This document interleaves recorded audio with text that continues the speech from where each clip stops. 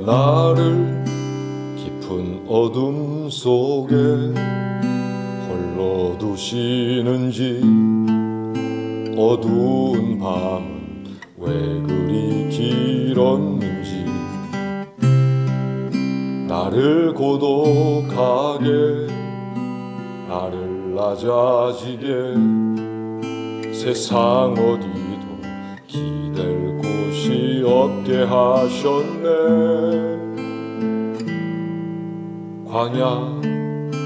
광야에 서 있네.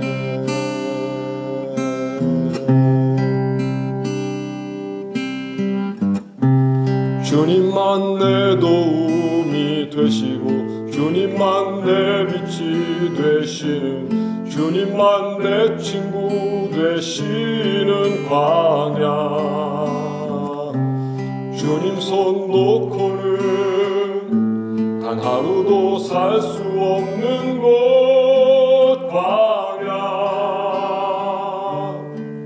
광야에 서 있네.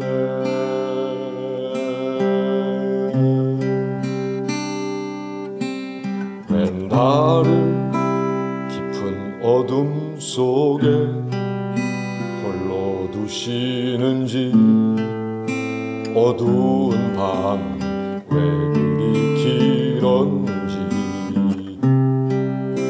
나를 고독하게, 나를 낮아지게, 세상 어디도 기댈 곳이 없게 하셨네.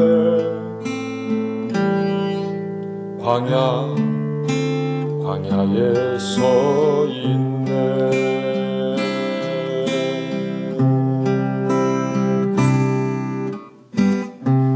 주님만 내 도움이 되시고, 주님만 내 빛이 되시는, 주님만 내 친구 되시는 광야.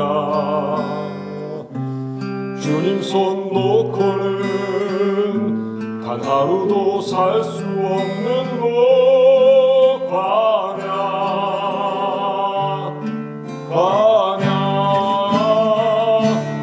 주께서 나를 사용하시려, 나를 더 정결케 하시려, 나를 택하여 보내신 그곳 광야.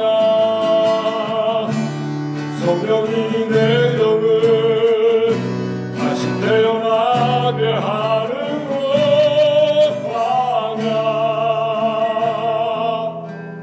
광야에 서 있네.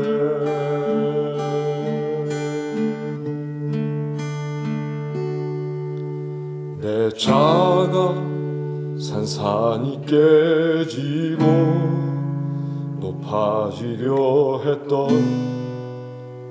내 꿈도 주님 앞에 내어놓고,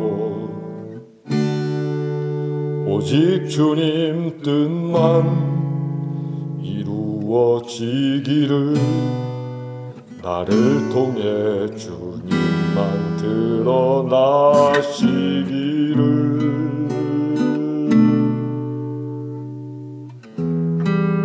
광야를 지나며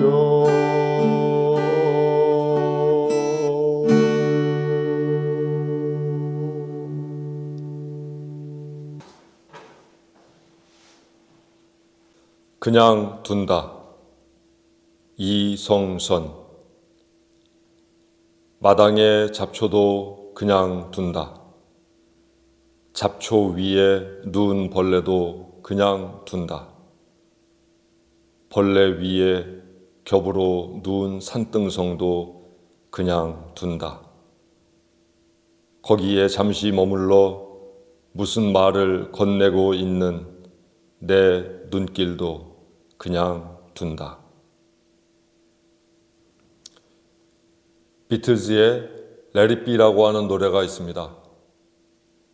가만 내버려 두자는 것, 그냥 두자는 것, 그리고 노자 선생님 말씀처럼 무위하자는 것. 요즘에 코로나 시대를 맞이해서 멍 때리는 일이 중요하다고들 이야기합니다. 아무 생각도 없이, 아무 행동도 없이 모든 마음을 비우고 생각도 비워서 그저 멍하니 나무를 보거나 하늘을 보거나 그리고 꽃을 보거나 그렇게 멍한 시간을 보내는 것이 마음도 안정되고 또 생각도 정리되는 아주 좋은 그리고 꼭 필요한 시간이라고 이야기합니다. 뭔가 억지로 고치려고 하지 마십시오. 뭔가 강제적으로 생각대로 이루려고 어떤 틀에다가 맞추려고 하지 마십시오. 그냥 내버려 두어도 거기에는 재생력이 있고 회복력이 있습니다. 우리의 이러한 자세가 오히려 우리의 삶을 새로운 세상으로 인도할지도 모릅니다. 그냥 두는 것만으로도 우리에게 위로가 될 것입니다. 오늘 이 예배를 통해서 그저 내 삶도 하나님께서 인도하시는 바로 그 섭리가 무엇인지 알 수 없지만 그저 섭리에 한번 맡겨보는 믿음. 히브리서에 나온 것처럼 어딘지 알 수 없지만 한 걸음 더 나아가는 것이 아브라함에게는 믿음이라고 했던 히브리서 기자의 말처럼 그저 알지 못하지만 또 내 마음대로 뭔가 할 수 없지만 그냥 두는 것만으로 세상에는 더 아름다워질 것들이 많습니다. 잡초도 벌레도 그리고 그것을 품어 안고 있는 산등성도 그리고 그것을 바라보는 나도 그냥 두는 것만으로도 우리에게 위로가 되고 안식이 될 것입니다.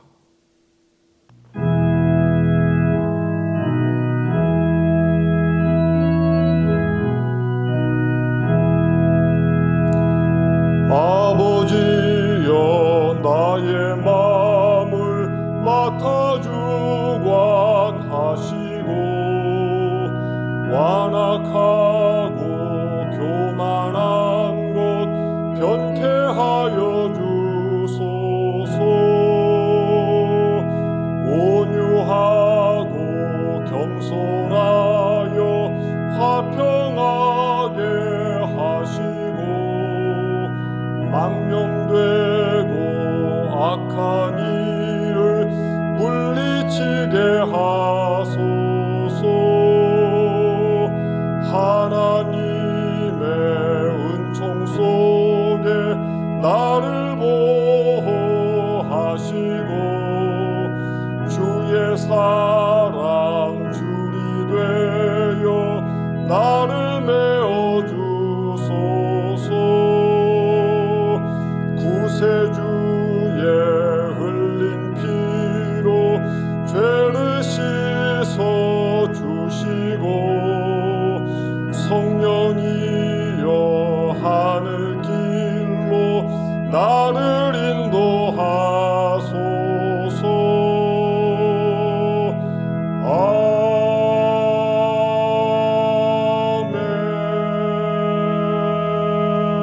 아멘. 하나님, 만물 생장하여 가득 차는 소만 이틀 뒤로 하고 저희 일상에 따스한 위로와 버틸 힘 주시는 아버지께 나왔습니다. 본격적인 여름에 접어들어 온 산과 들 기분 좋은 푸르름의 세계 펼치고 있습니다. 장미보다 훨씬 작은 찔레꽃, 향내만큼은 지혜가 앞선다는 듯 숲속 곳곳 맑은 향으로 빈틈없이 채우고 떼죽나무도 가지 휘어지게 하얀 대롱꽃들 매달았습니다. 큰 나무들 사이에서도 기죽지 않고 여러 해 살아가는 청가시덩굴, 줄기에 날카로운 가시 돋어 무기 삼고 습한 곳에 자리 잡은 미나리 비 한 번 올 적마다 몰라보게 커갑니다. 5대쌀 모내기한 논에서는 흰뺨 검둥오리 새로 돋는 물풀 먹으며 농구님 농사 돕고 짝짓기에 마음 급한 개구리들 논둑가에 앉아 사랑 노래 부르고 있습니다. 목소리 고운 노란 꾀꼬리, 우거진 참나무 가지에 부지런히 둥지 짓고 그 밑에서는 산딸기 가시 많은 가지에 소박한 하얀 꽃 피웠습니다. 밭에서는 기품 있게 올려 뻗은 대파, 정수리에 꽃 피우고 이른 봄 심은 감자, 무성해진 잎 사이로 수줍게 하얀 꽃 내밀고 있습니다. 하나님, 이토록 가슴 설레는 창조물의 삶 통해 생존의 힘 알려주셔서 참 고맙습니다. 하나님, 코로나19로 인해 빚어진 고단한 여정뿐 아니라 이스라엘과 팔레스타인의 대결, 미얀마 군부의 국민 폭압, 저희 마음 우울하게 만듭니다. 인류 모두에게 공생의 정신 부어 주소서, 평화 만들어가게 하소서. 모든 일에 감사하라 가르쳐 주신 예수 그리스도의 이름으로 기도합니다. 아멘.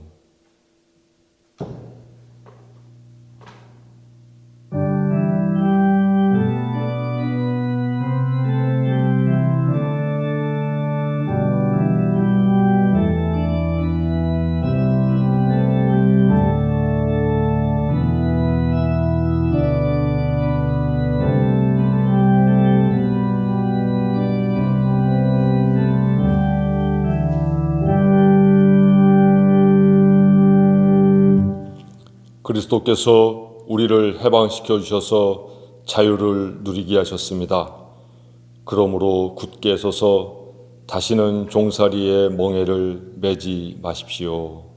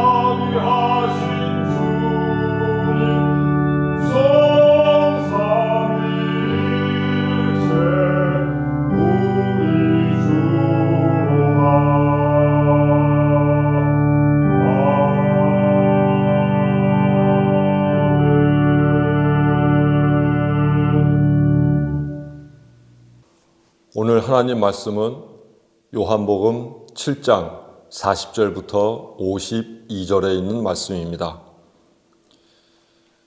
이 말씀을 들은 무리 중에서 어떤 사람은 이 사람이 참으로 그 선지자라 하며 어떤 사람은 그리스도라 하며 어떤 이들은 그리스도가 어찌 갈릴리에서 나오겠느냐, 성경에 이르기를 그리스도는 다윗의 씨로 또 다윗이 살던 마을 베들레헴에서 나오리라 하지 아니하였느냐 하며 예수로 말미암아 무리 중에서 쟁론이 되니 그 중에는 그를 잡고자 하는 자들도 있으나 손을 대는 자가 없었더라.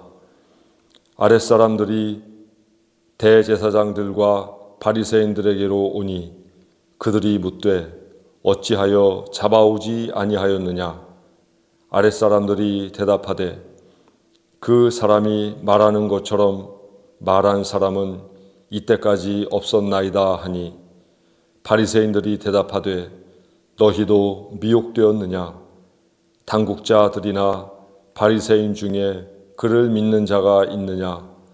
율법을 알지 못하는 이 무리는 저주를 받은 자로다. 그 중에 한 사람 곧 전에 예수께 왔던 니고데모가 그들에게 말하되 우리 율법은 사람의 말을 듣고 그 행한 것을 알기 전에 심판하느냐? 그들이 대답하여 이르되 너도 갈릴리에서 왔느냐? 찾아보라. 갈릴리에서는 선지자가 나지 못하느니라 하였더라. 아멘. 우리 사회에는 여러 가지 차별이 존재하고 있습니다. 우리 사회뿐 아니라 온 세계에 차별이라고 하는 현상이 정말 넓게 퍼지고 있습니다. 영국 프리미어리그에서 뛰고 있는 손흥민 선수도 그러한 차별의 희생자이고 또 예전 야구를 했던 박찬호 선수도 역시 그런 차별의 희생자였습니다. 이러한 차별은 결국 코로나 위기를 맞이하여 미국에서 아시아계 사람들에 대한 차별로 또 그것은 곧 폭력으로 발전되고 있기도 합니다. 이것은 단지 외국의 이야기가 아니라 우리나라에서도 그런 차별은 너무나 심각하게 심화되고 있습니다. 어떻게 살고 있느냐라는 문제보다는 어디에 사느냐, 그것이 사람을 평가하는 기준이 되어 예를 들어 좋은 아파트 또는 높은 가격에 분양받은 아파트에 사는 사람과 임대하여 아파트에 사는 사람과 또 그들의 자녀들, 이 모든 것에 차별적인 요소가 작동하고 있습니다. 최근에는 어떤 차를 타느냐에 대해서도 차별의 기준이 되고 있죠. 벤츠를 타는 사람, 탑차를 모는 화물차 기사, 어떤 인생, 어떤 가치관을 갖고 있느냐가 문제가 되는 것이 아니고 어떤 차를 타고 있느냐가 그 사람을 평가하는 기준이 되어 차별하고 차별당하는 이런 현상을 낳고 말았습니다. 하지만 성경은 이러한 차별에 대해서 철저하게 반대하고 있습니다. 그 중심에 바로 예수 그리스도께서 계십니다. 예수님 당시에도 이런 여러 종류의 차별이 존재하고 있었습니다. 당시에 율법으로 부정하게 여겨진 병자들, 그리고 남성보다 열등하게 여겨진 여성들, 그리고 외국에서 살러 온 외국인들, 그리고 어떤 권리도 주어지지 않았던 어린이들, 그들 모두는 늘 차별받으며 살 수밖에 없었습니다. 하지만 예수께서는 이런 차별에 대해서 정면으로 맞서고 계십니다. 병자들의 경우 그들을 직접 만나서 때로는 말씀만으로, 때로는 어루만져 주시며 그들을 고쳐주셨고, 여성들 같은 경우 사람의 수에도 포함되지 않던 그들의 존재였지만 예수께서는 그들에게 제자의 반열로 오를 수 있는 권리와 기회를 허락해 주셨습니다. 그리고 외국인들도 또한 잔치에 초청되어야 한다고 큰 잔치 비유에서 말씀하셨고, 어린아이들 같은 경우에는 그들을 끌어안고 이들이 큰 존재라고 말씀하시기도 했습니다. 예수 정신의 뒤를 이은 사도 바울 역시 이런 차별에 대해서 반대하고 있습니다. 로마서 2장 11절에 보면 하나님께서는 외모로 사람을 판단치 않으신다. 즉 사람을 차별하지 않고 공평하게 대하는 분이라고 선언하고 있고, 갈라디아서 3장 28절에서는 예수 그리스도 안에서는 남자나 여자나 종이나 자유인이나 유대인이나 이방인이나 아무런 차별이 없고 모두가 하나라고 말하고 있습니다. 따라서 그리스도인이라면 마땅히 이런 차별 행위에서 벗어나 하나님 사랑에 의거하여 모든 사람을 평등하게 대하는 것이 필요합니다. 그럼에도 그리스도인인 우리도 역시 이러한 차별 행위에 앞장서 왔고, 무의식적으로든 의식적으로든 누군가를 차별하며 그렇게 대해왔습니다. 그러면 이런 차별은 어디에서부터 비롯되는가? 물론 이기주의서부터 그 차별이 나타나기도 하겠지만 무엇보다도 우리 속에 내재되어 있는 고정관념, 그리고 편견, 그리고 선입견들이 이러한 차별을 조장한다는 사실을 알 수 있습니다. 이런 것들이 부정적으로 기능해서 다른 사람들에게 상처를 주기도 하고 또 사회를 분열시키기도 합니다. 먼저 고정관념에 대해서 알아보면 이 고정관념은 어떤 집단을 다른 집단과 구별하는 일반적인 신념입니다. 고정관념 같은 경우 어떤 현상, 어떤 사람을 지나치게 일반화하는 데서 오는 병폐이기도 합니다. 예를 들어서 운동선수는 머리가 나쁘다. 중국 사람들은 잘 씻지 않는다. 여성은 깨끗하고 남성은 더럽다. 흑인은 늘 폭력적이다. 뚱뚱한 사람은 게으르다. 미련하다. 하는 이런 모든 생각들, 이런 것들이 우리가 흔히 접하는 고정관념의 대표적인 사례입니다. 이 고정관념의 최대의 맹점은 그 정보가 정확하지 않다는 데 있습니다. 그저 누군가로부터 흘려 들었을 뿐 그것을 증명하거나 그것을 제대로 알아보지 않은 채 바로 그런 관념들이 고정화되어 누군가를 차별하고 판단하는 기준이 된다는 것입니다. 어쩌면 한두 사람이야 그럴 수 있겠지만 모든 사람들이 그렇진 않은 것인데 고정관념은 한두 사람에 대한 생각을 모든 사람에게 일반화시키는 그런 오류를 범하고 있다는 말입니다. 고정관념의 또 다른 위험성은 그것이 잘 바뀌지 않는다는 것입니다. 잘못된 정보에 의해서 어릴 적 형성된 고정관념은 어른이 되어서도 끝까지 작동을 합니다. 영국 사람들은 신사다, 프랑스 사람들은 예술적이다, 이탈리아 사람들은 정열적이다, 아프리카 사람들은 다 못 산다. 우리에게는 그런 고정관념이 박혀 있어서 한 번도 영국을 가보지 않고도 프랑스를 가지 않고도 아프리카나 이탈리아를 가지 않고도 그 나라를 떠올리게 되면은 바로 그런 인식을 하게 되는 그 자체, 이것이 바로 고정관념의 병폐입니다. 두 번째, 편견입니다. 편견은 고정관념이 대단히 부정적으로 작동할 때 생기는 그런 개념입니다. 부정적인 인식으로 고정관념을 지닐 때 그것이 바로 편견이 됩니다. 예를 들어서 서울 사람들은 자기만 아는 깍쟁이다. 유태인들은 돈만 안다. 그리고 동남아 사람들은 언제나 게으르다 하는 이런 인식들, 그런 것들은 대단히 부정적인 고정관념, 즉 편견입니다. 이런 편견들은 사실 어떤 근거도 없고 무의식적으로 주입된 부정적인 고정관념에 기초할 때가 많습니다. 또 마지막으로 선입견에 대해서 알아보겠습니다. 선입견은 직접 대하지 않고 어떤 사람이나 대상에 대하여 미리 판단하는 것을 이야기합니다.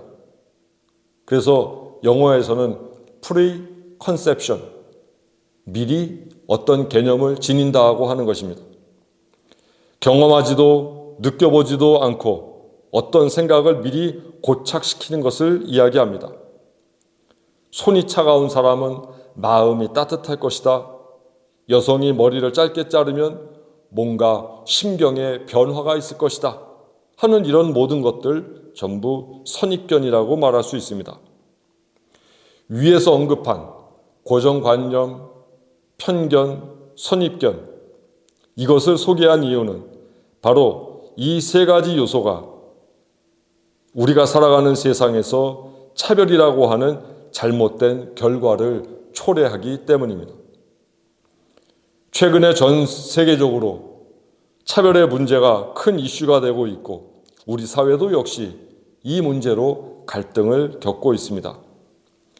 여성과 남성의 문제, 인종의 문제, 비장애인, 장애인의 문제, 양심, 종교, 이념, 이런 모든 문제들이 객관적으로, 보편적으로 공론화된 가운데 서로 간에 어떤 결론에 이르러야 하는데, 이런 문제들은 언제나 고정관념, 편견, 선입견과 연관돼 있어서 선한 결과를 낳지 못하는 경우가 많다는 것이죠.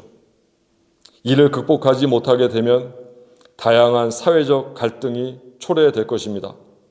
또 그 갈등을 해소하기 위해서 많은 비용도 들여야 할 것입니다. 특히 우리 그리스도교는 평화의 종교입니다. 화해의 종교입니다. 그리고 그 그리스도교의 몸을 담고 있는 우리 그리스도인은 이 평화와 화해의 정신을 가지고 고정관념, 편견, 선입견에서 벗어나야 하고, 그것을 다시금 긍정적인 에너지, 즉 예수 사랑의 정신으로 변화시킬 그런 동력을 제공해야 할 것입니다. 예수께서 이 땅에 오셔서 하신 일도 바로 그것이었습니다. 오늘 우리가 읽은 요한복음 7장에 보면 예수께서는 초막절을 맞아 전례대로 예루살렘에 오르셨습니다. 예루살렘 사람들은 예수 그리스도에 대한 소문을 많이 들었습니다. 그리고 그가 누구인지에 대해서 그는 자세히 알지 못하면서 소문만 무성했습니다. 어떤 사람은 예수님이 예언자다, 어떤 사람은 그리스도다, 이렇게 말하기도 했습니다. 반대로 어떤 이들은 고정관념, 편견, 선입견에 사로잡혀서 갈릴리에서 어떻게 그리스도가 날 수 있느냐라고 이야기하면서 그리스도는 다윗이 살던 마을 베들레헴에서 날 것이다 말하지 않았던가 이야기하기도 했습니다. 이처럼 예루살렘에서 예수 그리스도에 대한 평가로 인해 분열이 야기되자 대제사장 그리고 바리새파 사람들은 성전 경비병들을 시켜서 예수 그리스도를 체포하려 했습니다. 하지만 그 일은 무의로 돌아가고 말았습니다. 그러던 중 거듭남에 대하여 질문했던 니고데모가 그들에게 예수 그리스도에 대하여 변호합니다. 그는 이렇게 이야기합니다. 우리의 율법으로는 먼저 그 사람의 말을 들어보거나 그가 하는 일을 알아보고, 그리고 그렇게 하지 않고서는 그를 심판하지 않는 것이 우리 율법의 규례가 아니냐 이야기합니다. 그러자 대제사장과 바리새파 사람들은 너도 갈릴리 사람이냐? 한번 찾아봐라. 그러면 갈릴리에서는 예언자가 나오지 않는다는 사실을 너도 알 것이다 라고 대답했습니다. 갈릴리에서는 예언자가 나오지 않는다는 고정관념, 편견, 선입견이 지금 이 대제사장과 바리새파 사람들에게 확고하게 자리하고 있음을 알 수 있습니다. 그것은 갈릴리에 대한 부정적인 인식, 즉 갈릴리에 대한 차별을 의미합니다. 41절에서는 그리스도가 어찌 갈릴리에서 나오겠느냐 하고 있고, 52절에서는 갈릴리에서는 선지자가 나지 못하느니라 언급하고 있습니다. 더불어서 요한복음 1장 46절에서는 나사렛에서 무슨 선한 것이 날 수 있느냐 하고 언급되어 있습니다. 이 말씀들을 볼 때 정말 지독한 고정관념이, 편견이, 선입견이 당시 종교 지도자들에게 있었음을 알 수 있습니다. 당시 갈릴리는 유대와 사마리아 지역 사람들에게는 못된 사람들이 사는 아주 경박한 지역으로 여겨지고 있었습니다. 특히 갈릴리 사람이라고 하는 말은 아주 심한 욕설이기도 했습니다. 이러한 편견이 고착된 이유는 바로 지리적인 요소에 있습니다. 유다나 사마리아는 지중해 혹은 사막 혹은 사해로 인해서 이방 지역과 잘 차단이 돼 있어서 율법에서 규정한 부정적인 이들과 접촉하는 기회가 적었습니다. 반면 갈릴리는 레바논, 시리아, 요르단 지역과 맞닿아 있으면서 무역을 주로 한 지역이었기 때문에 그들과 다양한 교류가 있었습니다. 더군다나 베드로의 집이 있었던 가버나움은 예수께서 선교의 근거지로 삼으셨는데 그 가버나움이 바로 국경 도시였습니다. 당시 유대인들은 갈릴리 주민들이 별로 율법 지식도 없고 율법에 대하여 신실하게 준수하지도 않는 사람이라고 하는 인식이 있었습니다. 그래서 당시 사람들에게 갈릴리 지역, 갈릴리 사람이라는 말은 대단히 부정적인 개념이었던 것입니다. 하지만 예수께서는 차별을 일으키는 바로 이러한 고정관념과 편견 그리고 선입견 모두를 겁내지 않으셨습니다. 오히려 그것에 맞서셨습니다. 온당치 않은 것임을 알리시기 위해서 당신께서는 말씀과 행위, 당신의 삶 전체를 통하여 고정관념과 편견과 선입견과 싸우셨습니다. 예수께서는 갈릴리가 정말 악한 곳이 아니라 갈릴리를 악하다고 여기고 갈릴리 사람들을 무시하고 차별하는 바로 그런 고정관념과 편견과 선입견이 잘못된 것임을 지적하시고 질타하셨습니다. 그래서인지 예수께서는 생애 내내 갈릴리에 머무시면서 주요한 말씀을 전하셨고 병자를 치유하셨고 이적을 일으키셨습니다. 부정적인 관념의 대상지였던 갈릴리를 복음의 중심지로 그리스도 사역의 근거지로 삼으셨습니다. 갈릴리에서는 선지자가 나올 수 없다는 고정관념, 편견과 선입견을 뒤집어서 오히려 도둑놈의 소울이라고 하는 베들레헴에서 태어나셨고 선한 것이 나올 수 없다고 하는 나사렛에서 자라셨고 예언자가 나올 수 없다고 하는 갈릴리에서 복음을 전하셨습니다. 당신의 생애 전체를 통하여 갈릴리 지역에 대한 부정적인 인식과 차별에 대항하여 싸우셨다는 말입니다.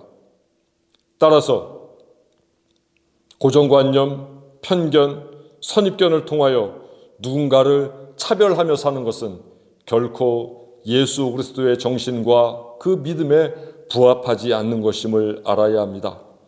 그리스도인은 바로 이러한 차별의식에 휩싸여서는 안 됩니다. 누구도 차별하며 살아서는 안 됩니다.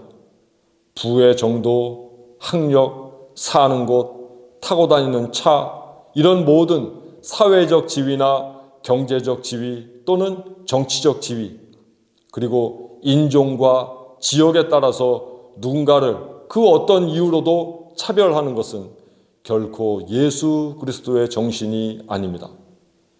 예수께서 십자가를 지고 돌아가신 것은 단지 잘나고 잘되고 뭔가 복받았다고 하는 바로 그 사람들만 위한 것이 아니라 온 인류 전체를 껴안기 위해서 십자가에서 예수께서는 보혈을 흘리셨습니다.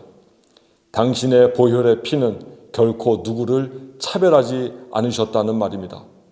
우리 그리스도인은, 우리 원천교회 교인들은 바로 그 보혈의 피로 구원받은 사람들입니다. 그러니 우리는 예수 그리스도의 믿음과 정신에 따라 그 누구도 어떤 이유로도 차별해서는 안 됩니다. 우리보다 얼굴이 하얀 사람이라고 하여 거기에 대해서는 굴종하고 우리보다 얼굴이 조금 더 검다고 하여 그 사람들은 경시하고 멸시하고 차별한다면 그는 결코 그리스도인이라 말할 수 없습니다. 차별은 곧 차별 없이 사신 예수 그리스도를 부정하는 죄입니다. 모쪼록 이 좋은 여름날 마음을 좀 더 넓게 하고 나아가 그 마음에 예수 그리스도의 마음을 담아서 누구도 차별하지 않고 언제나 평등하게 하나님의 사랑으로 끌어안으며 이 사회와 세상 모두를 향해서 기도할 줄 아는 넓은 마음 지니기를 간절히 부탁드립니다. 기도하겠습니다.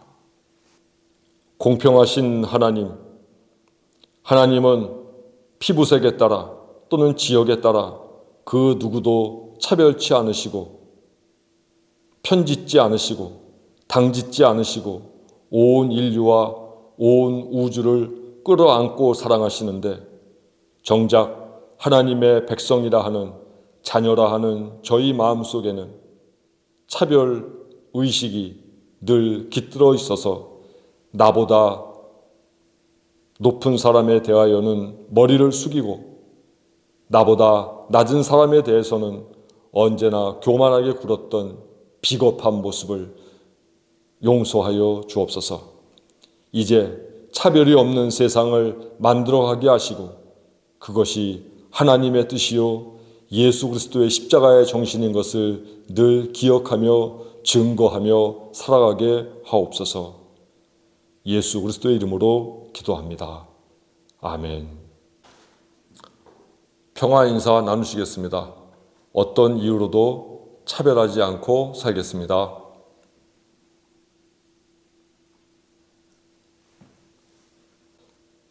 예수 그리스도를 본받아 사십시오. 언제 어디서나 누구에게나 그리스도인이 되십시오. 모든 일에 감사하며 사십시오. 어떤 이유로든 차별하지 마십시오. 모든 존재는 하나님께서 빚으신 귀중한 이들입니다. 누구에게나 차별 없이 햇빛을 내려주시는 하나님을 닮으십시오.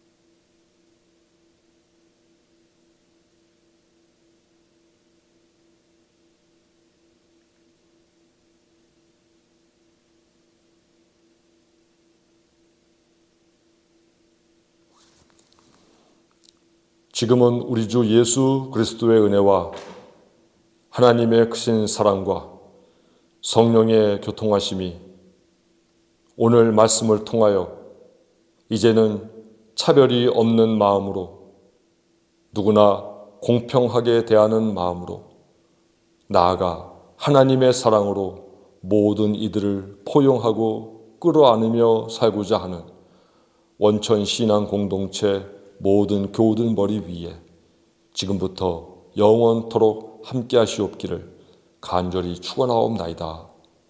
아멘.